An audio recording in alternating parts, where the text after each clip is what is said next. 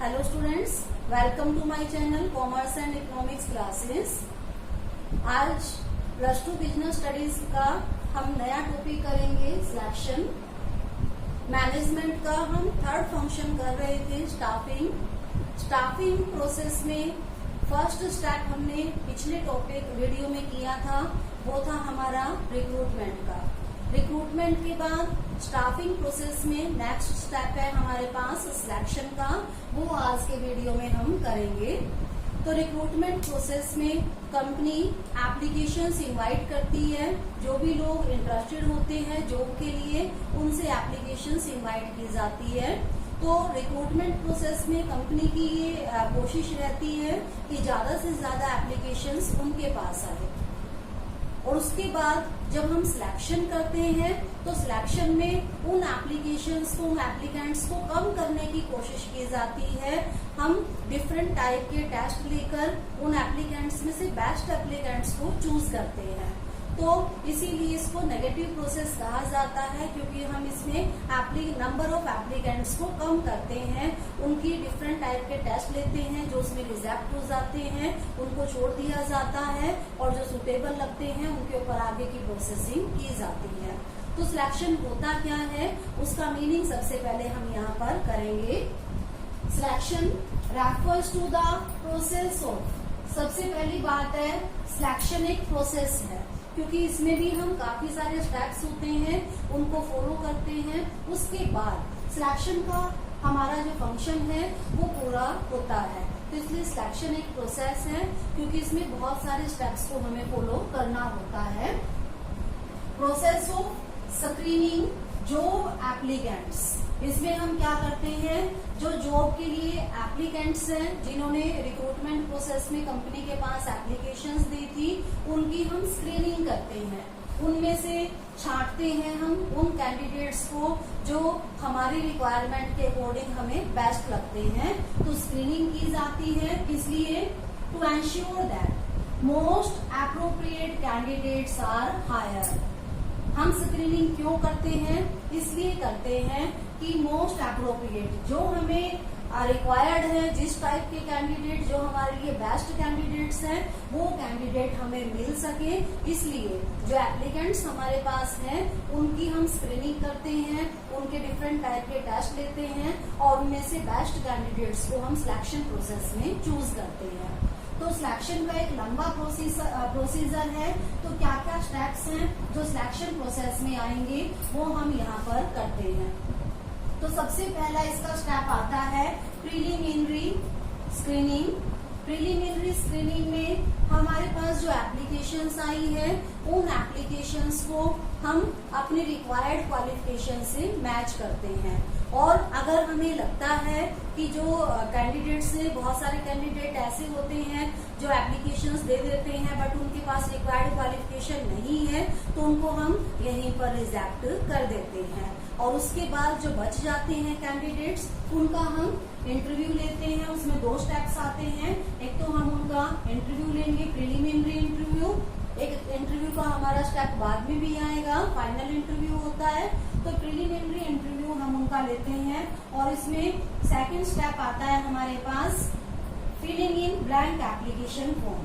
तो जो preliminary interview हम लेते हैं उसमें सभी कैंडिडेट्स को बुलाया जाता है, उनका इंटरव्यू लिया जाता है, उनसे बातचीत की जाती है, और उनकी पर्सनैलिटी के बारे में जज किया जाता है, उनका बोलने चलने का ढंग है, जो उनकी नॉलेज जो है उसको जज किया जाता है। जो कैंडिडेट्स हमें प्रीलिमिनरी इंटरव्यू में सुटेबल लगते हैं उनको हम नेक्स्ट स्टेप के लिए कंसीडर करते हैं। नेक्स्ट स्टेप है filling in blank application form. जो भी कैंडिडेट्स हमें प्रीलिमिनरी इंटरव्यू में सुटेबल लगते हैं उनको हम एक एप्लीकेशन फॉर्म जो है वो भरने के लिए कहते हैं। उस एप्लीकेशन फॉर्म में काफी सारे कॉलम्स होते हैं, वो कॉलम्स कैंडिडेट्स ने भरने होते हैं। अब जो एप्लीकेशन फॉर्म हम बनाते हैं वो उसका कोई स्पेसिफाइड परफॉर्मा नहीं होता है। ये डिफरेंट इंस्टीट्यूशंस अपने रिक्वायरमेंट के अकॉर्डिंग उसमें कॉलम्स बनाती हैं। जो जो कॉलम्स उनको चाहिए वो कॉलम्स वो उसमें रख सकते हैं। तो कॉलम अलग अलग इंस्टीट्यूशंस में अलग अलग हो सकते हैं, बट जनरली उसमें हम काफी सारी बातें पूछते हैं। वो बातें उनकी क्वालिफिकेशन के बारे में हो सकते हैं, वो कॉलम जो कैंडिडेट्स ने एप्लीकेशन फॉर्म में फिल करने होते हैं। अब क्वालिफिकेशन की जब हम बात करते हैं तो वो एजुकेशनल क्वालिफिकेशन का कॉलम, क्योंकि क्या एजुकेशनल क्वालिफिकेशन है वो उन्होंने लिखनी होती है। टेक्निकल अगर उन्होंने कोई क्वालिफिकेशन गेन की है तो वो उस एप्लीकेशन फॉर्म में भरेंगे। इसके अलावा उनका एक्सपीरियंस, उस जॉब से रिलेटेड कैसा एक्सपीरियंस, कितना टाइम का उनका एक्सपीरियंस है वो फिल करेंगे। अगर उन्होंने कोई स्पेशल ट्रेनिंग ली है तो वो भी उसमें फिल किया जाता है। इसके अलावा लैंग्वेजेस से रिलेटेड क्वेश्चन हो सकते हैं, उसमें पूछा जाता है कि उनको कौन कौन सी लैंग्वेजेस आती हैं। इसके अलावा स्पेशलाइजेशन, अगर किसी फील्ड में वो स्पेशलिस्ट हैं तो उससे रिलेटेड क्वेश्चन भी उसमें हो सकता है। तो जो जो कॉलम होंगे वो कैंडिडेट्स को फिल करने होते हैं। इसके बाद इसमें पर्सनल इंफॉर्मेशन जो है वो भी मांगी जाती है। पर्सनल इंफॉर्मेशन में कैंडिडेट का नाम पूछा जाता है, फादर नेम पूछ सकते हैं, उसकी एज पूछ सकते हैं, मैरिटल स्टेटस पूछा जा सकता है, मैरिड है या अनमैरिड है, मेल फीमेल वो पूछा जा सकता है।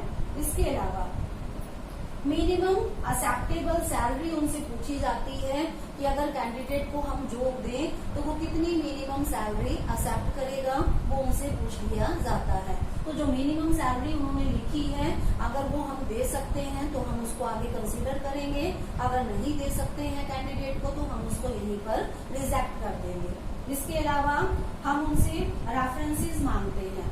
रेफरेंसेस में उनसे 2 या 3 ऐसे लोगों के नाम मांगे जाते हैं जो वेल नोन होते हैं और वो उस कैंडिडेट को भी जानते होते हैं।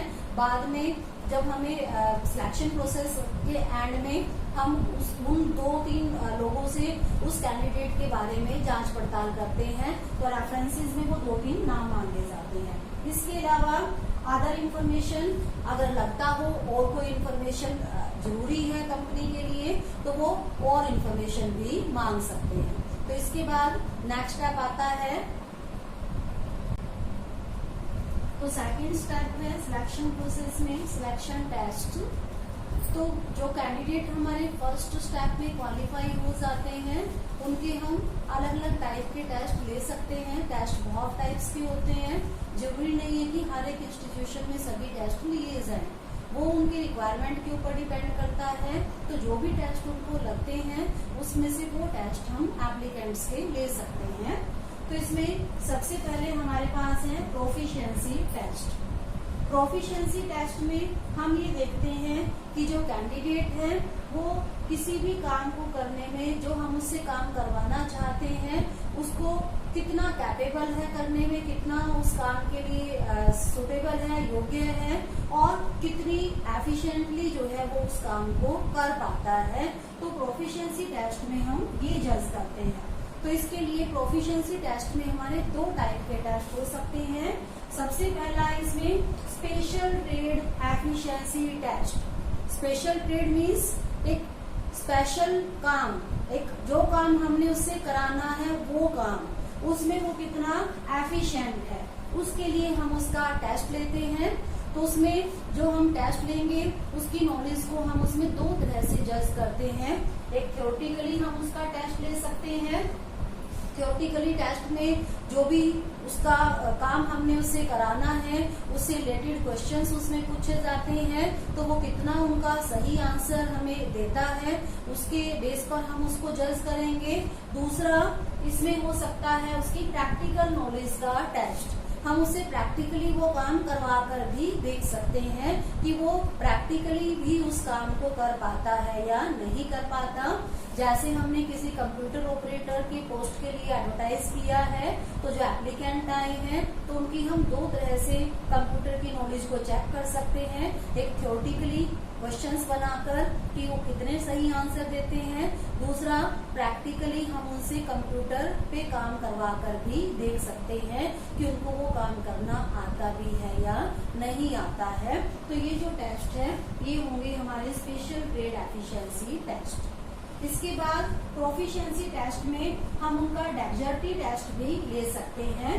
डेक्जर्टी टेस्ट में जब वो कैंडिडेट प्रैक्टिकली अपना टेस्ट देता है तो काम तो वो कर रहा है, पर हम ये देखते हैं कि वो कितनी स्पीडली काम कर रहा है, किस तरीके से काम कर रहा है, तो कितनी जल्दी जो है अपनी उंगलियां कीबोर्ड पे चलाता है। मान लो 2 कैंडिडेट हैं, दोनों ने ही प्रैक्टिकल टेस्ट अच्छा दिया है, पर एक कैंडिडेट ने उसको जल्दी कर लिया और एक कैंडिडेट ने लेट किया है। तो इसका मतलब जिस कैंडिडेट ने उसको जल्दी किया है वो डेक्जर्टी टेस्ट में हमारा ऊपर रहेगा दूसरे कैंडिडेट से।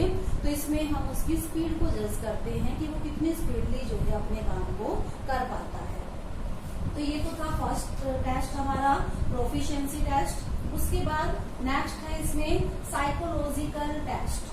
साइकोलॉजिकल टेस्ट में पर्सन की साइकोलॉजी को, उसके सोचने समझने के ढंग को, उसकी मेंटल एबिलिटी को जज किया जाता है। तो साइकोलॉजिकल टेस्ट में हम उसकी मेंटल एबिलिटी को जज करते हैं कि वो कितना एबल है, मेंटली जो है वो कितना फिट है पर्सन, और उस काम में उसका इंटरेस्ट भी है या नहीं, जो काम उससे करवाना चाहते हैं, या उसका मैच्योरिटी लेवल कितना है, वो कितनी अच्छी तरह से जो है सोच पाता है। तो ये चीजें उसमें जज की जाती है। तो इसके लिए साइकोलॉजिकल टेस्ट में भी हम अलग अलग टाइप के टेस्ट ले सकते हैं। तो सबसे पहले है इसमें इंटरेस्ट टेस्ट। इंटरेस्ट टेस्ट में हम अलग अलग क्वेश्चंस डालते हैं उस काम से रिलेटेड जो हमने काम कराना है, और उन क्वेश्चंस के आंसर के बेस पर हम जज करते हैं कि कैंडिडेट का उस काम में जो हम उससे कराना चाहते हैं उसमें कितना इंटरेस्ट है। इसके बाद है इसमें एक इंटेलिजेंसी टेस्ट। इंटेलिजेंसी टेस्ट में हम कैंडिडेट की इंटेलिजेंसी को देखते हैं। तो उसके लिए हम उससे डिफरेंट जो टेस्ट होगा उसमें क्वेश्चंस होंगे, उससे हम उसकी रिसेप्शन पावर को देखते हैं कि वो जो है कितना जो है उसको याद रख पाता है, जो भी काम उसने सीखा है, जो है रीजनिंग पावर कैसी है, वो कितनी जल्दी रिएक्ट कर पाता है, रिलेट कर पाता है डिफरेंट बातों को। तो ये चीजें इसमें जज की जाती है। इसके अलावा एक इसमें एप्टीट्यूड टेस्ट हो सकता है। एप्टीट्यूड टेस्ट इसलिए लिया जाता है, हम ये देखते हैं इसमें कि कैंडिडेट जो है उसकी सीखने की कैपेबिलिटी कितनी है। अगर हम उसको कोई नया काम सिखाए तो वो कितनी जल्दी काम को सीख पाता है, तो उसके लिए हम उसका एप्टीट्यूड टेस्ट जो है वो लेते हैं। इसके अलावा इसमें एक होता है हमारा पर्सनैलिटी टेस्ट। पर्सनैलिटी टेस्ट में जब हम कैंडिडेट से बातचीत करते हैं तो उसके बोलने के ढंग से, उसके जो पोस्चर्स होते हैं उनसे हम जज करते हैं कि कैंडिडेट का नेचर जो है वो कैसा है, कितनी अच्छी तरीके से वो बात कर रहा है, वो दूसरों को कितना जो है इफेक्ट कर पाता है, दूसरों के ऊपर कितना अपना प्रभाव डाल पाता है, या वो दूसरों को कितना मोटिवेट कर पाता है। ये हम एप्टीट्यूड टेस्ट में जज करते हैं। इसके बाद थर्ड स्टेप हमारा सिलेक्शन प्रोसेस में आता है एम्प्लॉयमेंट इंटरव्यू। तो जो कैंडिडेट इन टेस्ट को पास कर लेते हैं, जो भी इनमें से हमने रखा है अपने कैंडिडेट्स के लिए, फिर उनको हम एम्प्लॉयमेंट इंटरव्यू के लिए बुलाते हैं। ये फाइनल इंटरव्यू है। एक प्रीलिमिनरी इंटरव्यू हमने फर्स्ट स्टेप में लिया था, और ये होता है हमारा फाइनल इंटरव्यू। तो फाइनल इंटरव्यू में कैंडिडेट होता है और साथ में कुछ लोग इंटरव्यू लेते हैं, इंटरव्यूअर जिनको हम कहेंगे। तो वो इंटरव्यूअर उससे क्वेश्चंस पूछते हैं, और उन क्वेश्चंस के बेस पर उससे जब वो बातचीत करते हैं, उसका बोलने का ढंग, उसका बैठने का ढंग कैसा है, उसका जो है आंसर देने का ढंग कैसा है, कितनी जल्दी से वो रिएक्ट करता है, कितनी क्विकली जो है वो रिएक्ट करता है, उसका जो है एटीट्यूड कैसा है। तो ये सारी बातें उसमें हम जज करते हैं। उसकी प्रेजेंस ऑफ माइंड, वो आसपास को कितना ध्यान में रखता है, मैच्योरिटी लेवल क्या है उसकी मेमोरी पावर, सारी चीजों को इसमें जज किया जाता है। तो जो कैंडिडेट हमारे इंटरव्यू में क्लियर कर जाते हैं, पास हो जाते हैं, उनके लिए नेक्स्ट स्टेप आता है रेफरेंस एंड बैकग्राउंड चेक। तो हमारा पीछे एक स्टेप आया था, तो वहां पर हमने कैंडिडेट से रेफरेंसेस मांगे थे। तो रेफरेंसेस भी उन्होंने जो 2 या 3 लोगों के नाम दिए होंगे, उन लोगों के पास जो है जाएंगे, जो कंपनी है उनमें से कोई भी लोग, और उसका रेफरेंस जो भी बातें उसने अपने ब्लैंक एप्लीकेशन में फॉर्म में भरी है, उनकी जो है ट्रूथनेस को वो जज करते हैं कि कितनी सही जो है उसने इंफॉर्मेशन उसमें फिल की है, और उसकी बैकग्राउंड को चेक किया जाता है, उसकी फैमिली बैकग्राउंड के बारे में, उसके खुद की बैकग्राउंड के बारे में सारी इंफॉर्मेशन जो है उन लोगों से गेन की जाती है, और ये भी मैच किया जाता है कि कैंडिडेट ने जो इंफॉर्मेशन ब्लैंक एप्लीकेशन फॉर्म में दी है वो उससे मैच कर रही है या नहीं कर रही है। तो इसके बाद नेक्स्ट इसमें स्टेप आता है हमारे पास सिलेक्शन डिसीजन। जो कैंडिडेट इन सारे स्टेप्स को पास कर जाते हैं तो उनमें से फिर हम सिलेक्ट करते हैं, जो भी हमें मोस्ट सुटेबल कैंडिडेट लगेगा उसको हम चूज कर लेते हैं, और उनको हम अपॉइंटमेंट लेटर भेजते हैं, और उसमें कुछ टाइम दिया जाता है, उतने दिन के अंदर फिर उस कैंडिडेट को रिपोर्ट करना होता है, कंपनी में उस जॉब को ज्वाइन करना होता है। तो जो हम सिलेक्शन जब उनका कर लेंगे तो जो उनको अपॉइंटमेंट लेटर भेजते हैं वो ऑफर होता है जॉब के लिए। तो जो कैंडिडेट वो जॉब करना चाहते हैं, जिनको हमने सिलेक्शन लेटर भेजा है, अगर वो जॉब करना चाहते हैं तो वो हमारी कंपनी में रिपोर्ट करेंगे। तो जो कैंडिडेट जो रिपोर्ट करेंगे तो उनको जो है हम अपने यहाँ पर जॉब दे देते हैं। तो इसका मतलब है कि उन्होंने हमारी जो सिलेक्शन हमने किया है उसको एक्सेप्ट कर लिया है। तो उसके लिए काफी सारे डॉक्यूमेंट्स होते हैं जिनके ऊपर कैंडिडेट भी साइन करता है और जो एम्प्लॉयर है वो दोनों ही साइन करते हैं। जो भी टर्म्स एंड कंडीशंस होती हैं वो सारी कैंडिडेट को बता दी जाती है। तो अगर उसको एक्सेप्टेबल होता है तो वो वहाँ पर अपने साइन कर देगा और वो एग्रीमेंट दे देगा कि मैं इस जॉब को करने के लिए तैयार हूँ। तो इसके बाद नेक्स्ट स्टेप इसमें आता है मेडिकल एग्जामिनेशन। मेडिकल एग्जामिनेशन में जो भी कैंडिडेट हमने सिलेक्ट किए हैं उनका हम मेडिकल फिटनेस चेक करते हैं।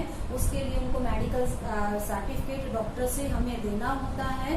तो मेडिकल एग्जामिनेशन हम इसलिए कराते हैं, ये देखा जाता है कि जो कैंडिडेट है वो फिजिकली फिट, मेंटली फिट है या नहीं, या उसको कोई ऐसी डिजीज तो नहीं है जो दूसरे एम्प्लॉइज को भी हो सकती है। और अगर उसको ऐसी कोई प्रॉब्लम होगी तो उसके लिए कंपनी को भी सफर करना पड़ता है, कंपनी को भी खर्चा उठाना पड़ सकता है। तो इसीलिए जो भी कैंडिडेट हमने सिलेक्ट किए हैं उनका हम पहले मेडिकल एग्जामिनेशन करते हैं। इसके बाद हमारे पास लास्ट स्टेप आता है कॉन्ट्रैक्ट ऑफ एम्प्लॉयमेंट। तो लास्ट स्टेप इसमें हम करेंगे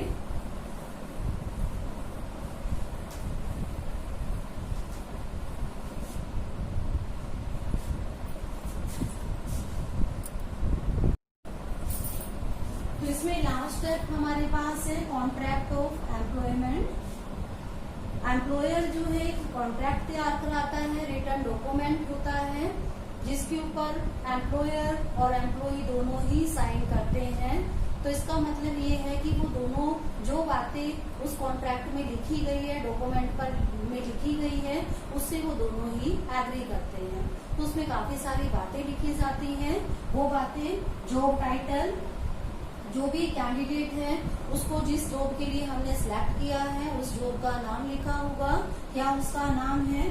उसके अलावा कैंडिडेट की रिस्पॉन्सिबिलिटीज क्या होंगी, जो एम्प्लॉय हमने सिलेक्ट किया है क्या क्या काम उसको करने होंगे। इसके अलावा डेट ऑफ रेगुलर सर्विस, किस डेट से उसकी सर्विस जो है रेगुलर होगी, मानी जाएगी, वो डेट उसमें लिखी होगी। रेट ऑफ रेम्यूनरेशन, उसकी सैलरी क्या होगी वो उसमें लिखा जाएगा। अलाउंसेस, सैलरी के अलावा उसको कौन कौन से अलाउंसेस दिए जाएंगे, जैसे HRA है, मेडिकल अलाउंसेस है, तो क्या क्या अलाउंसेस उसको दिए जाएंगे वो उसमें लिखे जाएंगे। इसके अलावा उसके वर्किंग आवर्स क्या होंगे, टाइमिंग्स क्या होंगे उसके वर्किंग के, वो उसमें लिखा जाएगा। लीव रूल्स, जो वो छुट्टियां ले सकता है उसके रूल्स क्या होंगे, जैसे मेडिकल लीव होती है, CCL चाइल्ड केयर लीव है, या इसके अलावा उसकी कैजुअल लीव है, और डिफरेंट टाइप्स की जो लीव होती हैं उनसे रिलेटेड रूल्स इसमें लिखे जाते हैं। इसके अलावा ग्रीवियंस रिमूवल प्रोसीजर, अगर किसी तरह की उसको कोई कंप्लेंट है तो उसके रिमूव करने के लिए क्या प्रोसीजर होगा, डिसिप्लिनरी प्रोसीजर। अगर वो एम्प्लॉय कोई ऐसा काम करता है जो कंपनी के डिसिप्लिन के अगेंस्ट होता है तो उसके लिए उसके खिलाफ क्या एक्शन लिया जाएगा वो लिखा जाएगा। इसके अलावा लास्ट में होता है टर्मिनेशन प्रोसीजर। अगर उस कैंडिडेट को कभी हटाया जा सकता है तो उसके लिए क्या कंडीशंस होंगी और वो उसमें लिखी जाती है। तो कैंडिडेट अगर इन सब बातों से जो कॉन्ट्रैक्ट में लिखी गई है एग्री होगा तो वो अपने साइन उसके ऊपर कर देगा और जैसे ही वो साइन कर देगा वो उस इंस्टीट्यूशन का एम्प्लॉय बन जाएगा और इस तरह से सिलेक्शन का प्रोसेस यहाँ पर पूरा हो जाता है।